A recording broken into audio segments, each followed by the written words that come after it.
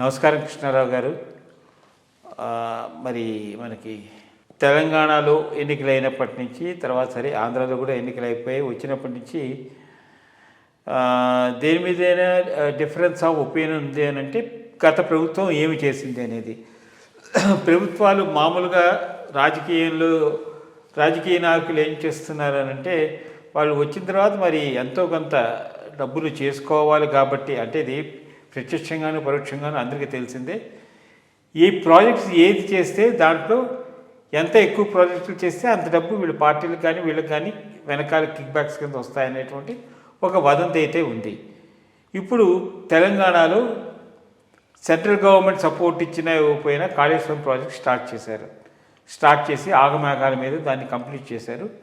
తర్వాత ఇప్పుడు అక్కడ పిల్లర్స్ కుంగిపోవడము ఇది అవ్వడము ఒక పెద్ద ఆ ప్రాజెక్ట్ యొక్క ఉనికి ఇంతవరకు కూడా మనకు కరెక్ట్గా తెలియలేదు, పెద్ద ప్రశ్నార్థకం అయిపోయింది.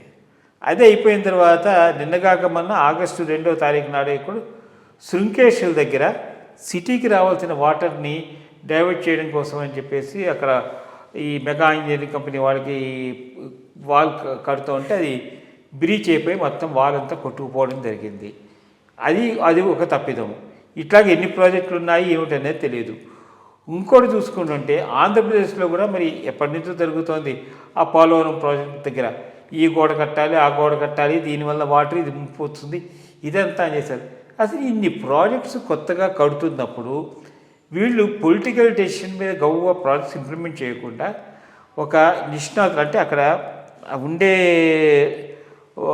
నేల ఇది భౌగోళిక పరిస్థితిని బట్టి ఎంత లోతుకు వెళ్ళాలి ఏమిటి ఇట్లాంటివన్నీ ఒపీనియన్స్ తీసుకోకుండా కన్స్ట్రక్షన్స్ అవార్డ్ చేసి ఇలా చేస్తుంటే ఇట్లాంటివన్నీ ఇదివరకు ఎప్పుడో కట్టినటువంటి మిగిలిన ప్రాజెక్ట్స్లో ఇట్లా వచ్చాయని లేదు. మనము బాక్కరానంగల్లు కానీ ఆ తర్వాత లేకపోతే నాగార్జున సాగర్ కానీ ఇవన్నీ టైం పట్టినా ఈరోజు మనకి ఇలాంటి ప్రాబ్లమ్స్ మనము ఎదురు కాలేదు. అదొక పాయింట్. తర్వాత అన్ని రాష్ట్రాల మధ్య సయోధ్య కావాలి ఏంటంటే inter river water disputes, Krishna Godavari Kaveri ఇవన్నీ. ఈ ప్రాజెక్ట్స్ ఎప్పుడు కట్టినప్పుడు వాటి బేస్ లెవెల్ నుంచి ఇది చేస్తే ఒక 2 రోజులు గట్టిగా వాన కొడితే ప్రాజెక్ట్ వాటర్ నింపుకోవడం ఇన్ని క్యూసెక్కుల నీళ్ళు కిందకి వదిలిపెట్టేయడం అనేటువంటిది ఇప్పుడు మనం గత 1 డికేడ్ నుంచి చూస్తూనే ఉన్నాం. దీని గురించే వింటున్నాం. కానీ అసలు నిజంగా వీళ్ళందరూ ప్రతి ప్రాజెక్టులోనూ ఆ వాటర్ లెవెల్ రిజర్వాయర్ దగ్గర ఈ స్లడ్జ్ అన్నిటి పైనుంచి కొట్టుకొచ్చినటువంతా ఉండేది. అది ఎంతవరకు నిండిపోయింది అనేది అసెస్ చేయడానికి ఇంతవరకు లేదు. అది మనం హార్బర్స్ను అట్లాగా మేజర్ నౌకాదళాల్లో చూస్తే అది లోపలికి రావాలి అని అంటే అక్కడ మనకి డ్రెడ్జెస్ ఉండి ఆ ఎక్సెస్గా ఉండేదాన్నంతని ఎప్పటికప్పుడు క్లియర్ చేస్తూ ఉండడం అవుతుంది. మరి ఇట్లాంటివి మనం ఉన్న ప్రాజెక్ట్స్ దగ్గర కూడా, ఎందుకంటే అది రియల్గా ఇంత వాటర్ నిండిందా అంటే నాకైతే డౌట్. అంటే అది లేమ్యాన్ టెక్నికల్ నాలెడ్జ్ లేదు. సో ఇది ఈ విధంగా ఉండి ఇన్ని ప్రాబ్లమ్స్లో ఉండేటువంటి వాటర్ డిస్ప్యూట్స్ని అసలు వీటిని ఏ విధంగా మనము నివారణ చేయొచ్చు, ఏ విధమైన జాగ్రత్తలు తీసుకోవచ్చు? 2 విషయాలు. మొట్టమొదటిది వదంతులు కాదు, అవినీతి ఇరిగేషన్ ప్రాజెక్టులలో వాస్తవం చాలా చాలా జరుగుతున్నది. అందుకనే ఇంత లెవెల్లో ఈ బడ్జెట్స్ను కూడా పెంచేస్తూ ఉన్నారు. ఇది రీజనల్ పార్టీస్ వచ్చిన తర్వాత విచ్చలవిడైపోయింది, ఒక లెవెల్ లేకుండా. రెండోది అప్పు దేశ చేర్చి పెట్టి కమిషన్లు కొట్టేయటం స్టాండర్డ్ టెక్నిక్ కింద మారింది. సో దాంట్లో ఏమీ డౌట్ లేదు, అదేం వదంతి కాదు, నిజం జరుగుతుంది. ఒకటి ఏంటంటే ఒకప్పుడు ఇరిగేషన్కు బడ్జెట్లు చాలా లిమిటెడ్గా ఉండేవి, పనులు దానికి అనుగుణంగా జరుగుతూ ఉండేది. 2004 చంద్రబాబు నాయుడు గారి టైంకు, అదే ఆయన ఫస్ట్ టైం ఓడిపోయాక ముందున్న ఇరిగేషన్ బడ్జెట్ అంతా కలిపి నాకు తెలిసి 1500 కోట్లు ఎంత ఉంది, 700 కోట్లే ఖర్చు అయ్యేది. మిగిలినంతా బడ్జెట్లో ఖర్చు కూడా అయ్యేది కాదు. కావాలనే రైతు పక్షపాతం అని చెప్పుకోవడానికి హయ్యర్ అలొకేషన్ పెట్టేవాళ్ళు, చేసుకోవడానికి డబ్బులు లేవు కాబట్టి అక్కడనే ఆపేసేస్తూ ఉండేవాళ్ళు. ఇది జనరల్గా ఎక్కువ మాట్లాడటం, జరిగినంత వరకు పనులు జరగనివ్వండి అన్నట్టు ఉండేది. ఇది డ్రాస్టిక్గా మార్చినవాడు రాజశేఖర రెడ్డి. ఆయన రాగానే ఈ జలయజ్ఞం ధనయజ్ఞం అనేది బాగా మొదలయ్యి ఇంకోటి ఏమైంది, అంతకుముందు చెరువులో డ్యాములో కట్టడం, గ్రావిటీ ద్వారా నీళ్ళు ఇవ్వటం, ఇవి చాలా రోజులు పడుతుంది, 10 ఏళ్ళు 15 ఏళ్ళు పడుతుంది. సో దీంట్లో ఏదైనా కరప్షన్ ఉన్నా 2-3 గవర్నమెంట్లు షేర్ చేస్తాయి, ఈ లోపల కొత్త వాళ్ళు ఎవరో రావటం, వాళ్ళ కాంట్రాక్ట్ ఇట్లా పోతుంది. వీళ్ళు ఇంకో కొత్తది కనుక్కున్నారు, లిఫ్ట్ ఇరిగేషన్. లిఫ్ట్ ఇరిగేషన్ అంటే దాంట్లో ఏదైనా ఉంటే కమిషను అదే రెజ్యూమ్లో కొట్టేయచ్చు. So large scale lift irrigations, వాటి అవసరం ఉందా లేదా అంటే ఉన్నాయి, చాలా వరకు ఉన్నాయి. అవసరం లేనివి కూడా టేకప్ చేసి అది ఒక పెద్ద ఫార్స్ కింద నడిపారు. సో దీంట్లో అవినీతి అనేది చాలా ముఖ్యమైన భాగంగా ఉందనేది డౌట్ లేదు. దీనికి ఇంకో ఎక్స్ట్రా థింగ్ ఏమొచ్చిందంటే, కేసీఆర్ గారి టైంలోనూ పైన చంద్రబాబు నాయుడు గారి టైంలో అంతా మాకు తెలుసు అనుకునే చీఫ్ మినిస్టర్లు రావటం, ఇది దురదృష్టకరమైన. ఇంజనీర్లు మాట్లాడలేకపోవటం, సబ్జెక్టు ఉన్న ఇంజనీర్లేమో కుతకుతలాడిపోతున్నారు, వీళ్ళు చెప్పిన దానికన్నా ఎస్ఐ వాళ్ళందరూ పైకి వచ్చేసారు. సో వీళ్ళు అంతా మాకు తెలుసు సర్వజ్ఞులం అనుకునే రకంలో వీటిని మాట్లాడటం జరిగింది.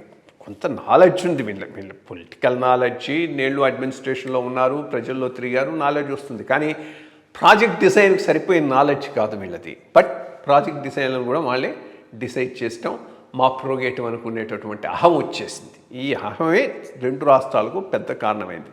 కొంత పోలవరానికి అదే దెబ్బతీసింది, కాళేశ్వరానికి అదే దెబ్బతీసింది. ఆ డిజైన్లు కూడా ఈ రకంగా చేస్తే బాగుంటుంది, దానికి ఎవడైనా ఎదురు చెప్పాడనుకో వాళ్ళకి ఇష్టం ఉండదు. అందరూ బ్యూరోక్రాట్స్లో ఉన్న గొప్ప విషయం ఏంటంటే, ఇంజనీర్లు కానీ ఆఫీసర్లు కానీ పెద్ద సైకాలజిస్టులు, ఈ మినిస్టర్ చీఫ్ మినిస్టర్కు మనం మాట్లాడి తీస్తాము పోనీ చేసేసుకుందామని. ఈ రకంగా చాలా చాలా పెద్ద తప్పులు, 100 కోట్లు 1000 కోట్లలో నష్టపోయే తప్పులు జరిగాయి. కాళేశ్వరంలో జరిగాయి, పోలవరంలో. దాని నష్టం ఈరోజు మనం అనుభవిస్తున్నాం. మొట్టమొదటిది వీనికి బ్యాక్గ్రౌండ్లో ఉన్న కరప్షన్ ఒకటి, అది యూనివర్సల్, ఎవరున్నా చేస్తూనే ఉన్నారు. బట్ వీళ్ళు ఏం చేశారు, పెద్ద పెద్ద ప్రాజెక్టులు తీసుకొని, పోలవరం అయితే సరే సెంట్రల్ గవర్నమెంట్ డబ్బులు కాబట్టి సరిపోయింది. బట్ అటువంటిది కాని చోట్ల కూడా ఆంధ్ర కన్నా తెలంగాణలో ఎక్కువ ఈ కాళేశ్వరం ఇట్లాంటి వాటికి బ్యాంక్ లోన్లు తీసుకొని లక్షల కోట్లలో ఖర్చు పెట్టి అరిచేతిలో బైకంఠం చూపెట్టేసి చేయటం మొదలైంది. ఆ చేసే దాంట్లో 1-2 పెద్ద కాంట్రాక్టర్లు, అదే నేను అతడు ఏ లెవెల్కి వెళ్ళిందని అంటే 4-5 పెద్ద కాంట్రాక్టర్లు పూర్తిగా లాభపడి మొత్తం 2 రాష్ట్రాల ప్రభుత్వాలకు వాళ్ళే ఎలక్షన్స్లో మెయిన్ ఫైనాన్సర్స్ అయ్యేటటువంటి స్టేజ్లో ఇది నడిచింది.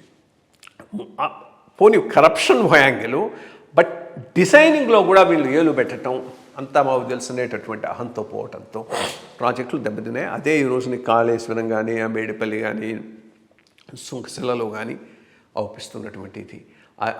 అది ఐ థింక్ ఎక్కడనో ఒక చోట వీళ్ళ పవర్స్కి అడ్డం పెట్టి ఇంజనీర్లు అసెట్ చేసుకోకపోతే థరో ఎంక్వైరీ ఉండాలి అన్నిటి మీద. నేను అందుకని పోలవరం మీద కూడా ఎంక్వైరీ ఉండాలని ఇన్సిస్ట్ చేస్తూ ఉన్నాను. పోలవరం మీద కూడా ఎంక్వైరీ రెండింటి మీద ఉండాలి, అవినీతి మీద ఉండాలి, టెక్నికాలిటీస్ మీద కూడా ఉండాలి. ఎవరు రెస్పాన్సిబుల్? 30-40 వేల కోట్ల ప్రభుత్వ ధనం, ఇక్కడ 1 లక్ష కోట్ల ప్రభుత్వ ధనం సరిగ్గా స్పెండ్ కాలేదు, సబ్స్టాన్షియల్ పోర్షన్ అంటే ఎవరికి అకౌంటబిలిటీ లేదంటే ఎట్లా?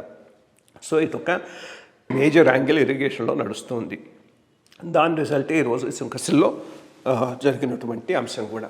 ఇక రెండోది మీరు అన్నది సిల్ట్ రావటం, సిల్ట్ క్లియరెన్స్ అంటే నీకు పోర్ట్స్ వేరు, డ్యామ్స్ వేరు.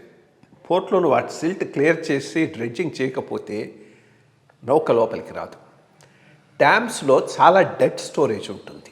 ఇప్పుడు మనకు 850 అడుగులు 890 అడుగులు అని అంటే నీకు యాక్చువల్ నీళ్లు పోయేది 40 అడుగులో 50 అడుగులో ఉంటుంది. కిందిదంతా డెడ్ స్టోరేజ్ ఉంటుంది. ఆ డెడ్ స్టోరేజ్లో వాటర్ ఉంటే ఏమి, మడ్ ఉంటే ఏమి. బట్ డ్యామ్ సేఫ్టీకి దెబ్బతినవచ్చు. దాని ప్రకారం ఆలోచించాలి. ఒక లెవెల్ వరకు సిల్టింగ్ వలన పెద్దగా వాటర్ సప్లై మీద అయితే ప్రభావం రాదు. For other reasons you have to look in to it, that's a different.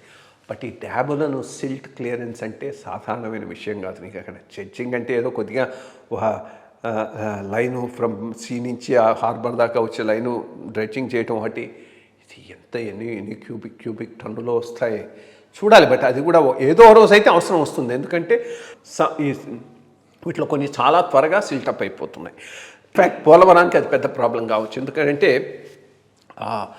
Godavari నదిలో ఎక్కువ నీకు సిల్ట్ వస్తుంది కాబట్టి పోలవరంకి సిల్టింగ్ ప్రాబ్లం మిగిలిన దానికన్నా ఎక్కువ వచ్చేటటువంటి అవకాశం ఉంది. టెక్నికల్గా కాంపిటెన్స్ లేక కాదు, ఎక్స్పర్ట్స్ లేక కాదు, అది చాలా ట్రెమెండస్ ఎక్స్పర్ట్స్ ఆర్ దే, కానీ వాళ్ళని వాడుకుంటున్నారా ఈ పొలిటికల్ సిస్టంలో, లేక అంతా మాకు తెలుసు అన్నట్టు బిహేవ్ చేస్తున్నారా దాని మీద మాత్రం కొంత చర్చ అయితే అవసరం. అదే మంచి విషయాలు చెప్పారు. ఎందుకంటే దీనికి మనుగడ ఒక విధంగా మనము చంద్రబాబు నాయుడు గారి యాక్ట్ని మనము సపోర్ట్ చేయొచ్చు. ఇప్పుడు ఆ డయాఫ్రమ్ వాల్ యొక్క స్ట్రెంత్ని అది చెక్ చేయడానికి ఆస్ట్రేలియా నుంచి తర్వాత ఐఐటీల నుంచి వీళ్ళు కావాల్సిన ఓ టెక్నికల్ బృందాన్ని తీసుకొచ్చి అసెస్ చేయించారు.